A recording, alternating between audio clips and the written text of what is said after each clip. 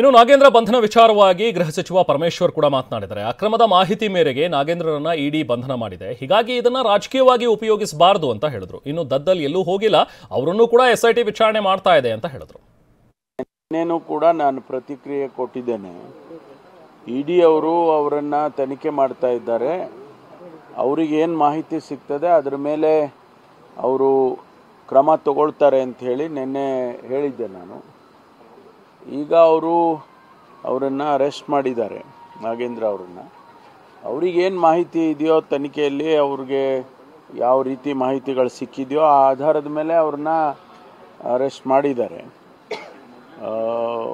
ಇದು ಕಾನೂನಿನ ಪ್ರಕಾರ ನಡೀತಕ್ಕಂಥ ಪ್ರಕ್ರಿಯೆ. ಆದರೆ ರಾಜಕೀಯವಾಗಿ ಇದನ್ನು ಉಪಯೋಗಿಸಬಾರ್ದು ಅನ್ನೋದಷ್ಟೇ ನಮ್ಮ ಯಾವತ್ತೂ ನಾವು ಹೇಳ್ತಾ ಇರ್ತಕ್ಕಂಥದ್ದು. ಇಡಿಗಳು, CBIಗಳು, ಇವೆಲ್ಲ ಏನು ಕೇಂದ್ರದ ಸಂಸ್ಥೆಗಳಿದ್ದಾವೆ, ಅದು ರಾಜಕೀಯದ ಅಸ್ತ್ರ ಆಗಬಾರ್ದು ಅನ್ನೋದು ಅಷ್ಟೇ ನಮ್ಮೆಲ್ಲರ ನಾವು ಹೇಳ್ತಕ್ಕಂಥದ್ದು. ತನಿಖೆ ಮಾಡೋದ್ರಲ್ಲಿ ನಮ್ಮದೇನು ತಕರಾರಿಲ್ಲ.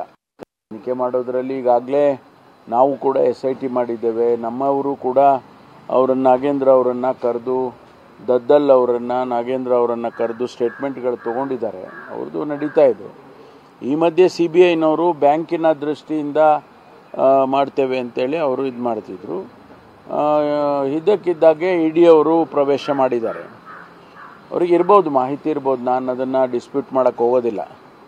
ನಮ್ಮ ಇದು ಏನು ಹೇಳಿದರೆ, ಮೊದಲಿನಿಂದನೂ ಕೂಡ ಈ ರೀತಿ ಆಗುವಾಗ ಇಡಿ, CBI ಇವೆಲ್ಲ ರಾಜಕೀಯದ ಅಸ್ತ್ರಗಳಾಗಬಾರ್ದು ಅಂತೇಳಿ ಮೊದಲಿಂದನೂ ಕೂಡ ನಮ್ಮ ಪಕ್ಷದವರು ಅವತ್ತಿನಿಂದನೂ ಹೇಳ್ಕೊಂಡೇ ಬರ್ತಾ ಇದ್ದಾರೆ.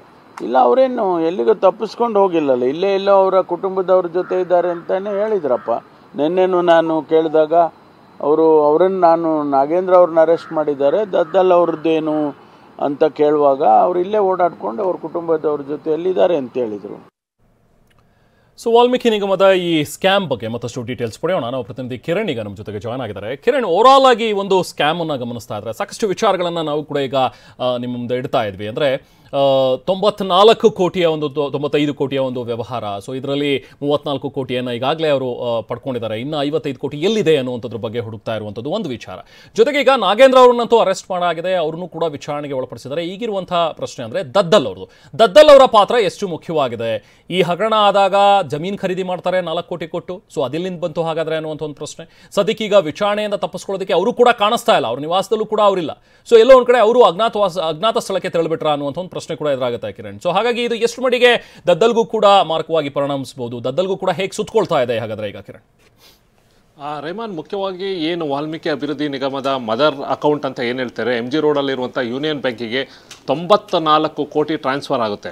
ಈ ಒಂದು ಟ್ರಾನ್ಸ್ಫರ್ ಆದಾಗ ಆವಾಗ ಚಂದ್ರಶೇಖರ್ ಅಂತ ಏನಾತ ಸಿಬ್ಬಂದಿ ಸಾವನ್ನಪ್ಪಾಗ ಅಲ್ಲಿ ಇದ್ದಂಥ ಅಕೌಂಟಲ್ಲಿ ಬರೀ 5 ಕೋಟಿ ಇರುತ್ತೆ. 89 ಕೋಟಿ ಬೇರೆ ಬೇರೆ ಅಕೌಂಟ್ಗಳಿಗೆ ಹೋಗಿರುತ್ತೆ, ಬೇರೆ ಬೇರೆ ಕಂಪ್ನಿಯ ಅಕೌಂಟ್ಗಳಿಗೆ ಟ್ರಾನ್ಸ್ಫರ್ ಆಗಿರುತ್ತೆ.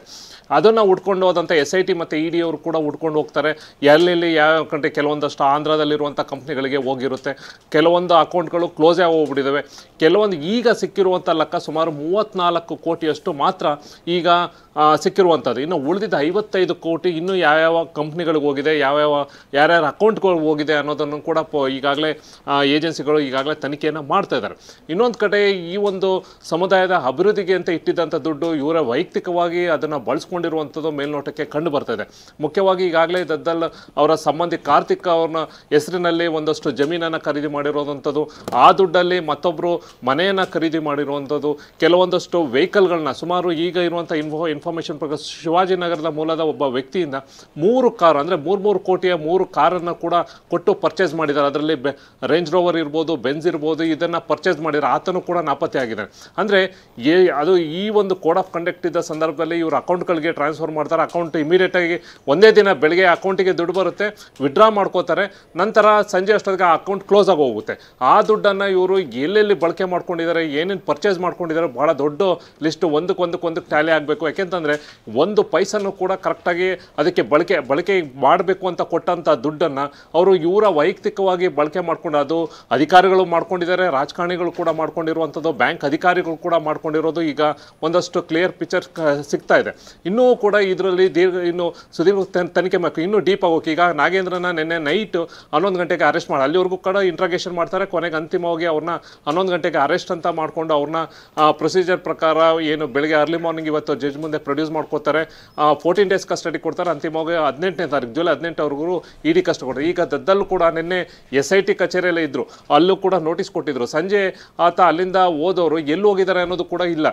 ಎಲ್ಲೋ ಒಂದು ಕಡೆ ಇಡಿ ಅವರು ಕೂಡ ಅವ್ರನ್ನ ಹುಡುಕಾಟ ಮಾಡ್ತಾ ಇದ್ರು, ಅಥವಾ ಅದಕ್ಕೆ ಸಂಬಂಧಪಟ್ಟಂತೆ ಈಗ ಸದ್ಯಕ್ಕೇನು ಬೇಕಾಗಿಲ್ಲ. ಯಾಕೆಂದ್ರೆ ಅವ್ರನ್ನ ಆಲ್ರೆಡಿ ರೈಡ್ ಮಾಡಿ ವಿಚಾರಣೆಯನ್ನು ಕೂಡ ಮಾಡಿದ್ದಾರೆ. ಇನ್ನೂ ಕೂಡ ಅವರ ಒಂದು ಸ್ಟೇಜ್ ಇಲ್ಲ. ಯಾಕೆಂದ್ರೆ ಈಗ ನಾಗೇಂದ್ರ ಅವ್ರನ್ನ ಕಸ್ಟಡಿ ತೊಗೊಂಡಿದ್ದಾರೆ. ಇನ್ನು ಇಡಿ ಅವರು ಕೂಡ ಅವರ ಒಂದು ವರ್ಕಿಂಗ್ ಇದೇ ಬೇರೆನೆ, ಅವರ ಒಂದು ಇಂಟ್ರಾಗೇಷನ್ನೇ ಬೇರೆ ಥರ ಇರುತ್ತೆ, ಇನ್ವೆಸ್ಟಿಗೇಷನ್ ಆ್ಯಂಗಲ್ ಬೇರೆ. ಯಾಕೆಂದರೆ ಮೇಲಿಂದ ಬರ್ತಾ ಇದ್ದಾರೆ. ಈಗ ನಾಗೇಂದ್ರದಾಯಿತು, ನಂತರ ಅದಕ್ಕೆ ಅಧ್ಯಕ್ಷ ಆಗಿದ್ದರು, ಈ ರೀತಿ MD ಈ ರೀತಿ ಮಾಡ್ಕೊಂಡು ಬರ್ತಾ ಇದ್ದಾರೆ. ಹಾಗಾಗಿ ದದ್ದಾಲ್ ಹತ್ರಕ್ಕೂ ಕೂಡ ಬರ್ಬೋದು. ಯಾಕೆಂದರೆ ನಾಗೇಂದ್ರ ಹೇಳೋದು ಇಲ್ಲ, ನನಗೂ ಇದಕ್ಕೆ ಸಂಬಂಧವೇ ಇಲ್ಲ, ಅಲ್ಲಿದ್ದಂಥ ಕಮಿಟಿ, ಅಲ್ಲಿದ್ದಂಥ ಏನೊಂದು ಅಧ್ಯಕ್ಷರು ಅವರು ತಗೊಂಡಂಥ ಡಿಸಿಷನ್ಗಳು ಅಂತ ಅವ್ರು ಹೇಳ್ತಾರೆ. ಅದಕ್ಕೆ ಸಂಬಂಧಪಟ್ಟಂತೆ ದದ್ದಾಲ್ಗೆ ಇದ್ರ ಬಗ್ಗೆ ಮಾಹಿತಿ ಇತ್ತಾ, MD ಅವರೇ ತೊಗೊಂಡು ಇದನ್ನು ಮಾಡಿಕೊಂಡ್ರು, ಇದೆಲ್ಲವೂ ಕೂಡ ನೋಡಬೇಕಾಗುತ್ತೆ. ಯಾಕೆಂತಂದರೆ ಈಗ ಇಮಿಡಿಯೇಟಾಗಿ ಅವ್ರನ್ನ ಅರೆಸ್ಟ್ ಮಾಡೇ ಬಿಡ್ತಾರೆ ಅನ್ನೋದೇನಿಲ್ಲ. ಅವರ ಒಂದು ಡಾಕ್ಯುಮೆಂಟ್ಸು, ಹೇಳಿಕೆಗಳು, ಎಲ್ಲೆಲ್ಲಿ ಪ್ರಾಪರ್ಟಿ ಎಲ್ಲವೂ ಕೂಡ ಈಗ ಇಡಿ ಅವರು ಮತ್ತು SIT ಅವರು ಆ ಒಂದು ಕಾರ್ಯಾಚರಣೆ ಮಾಡ್ತಾ ಇದ್ದಾರೆ. Thank you Kiran.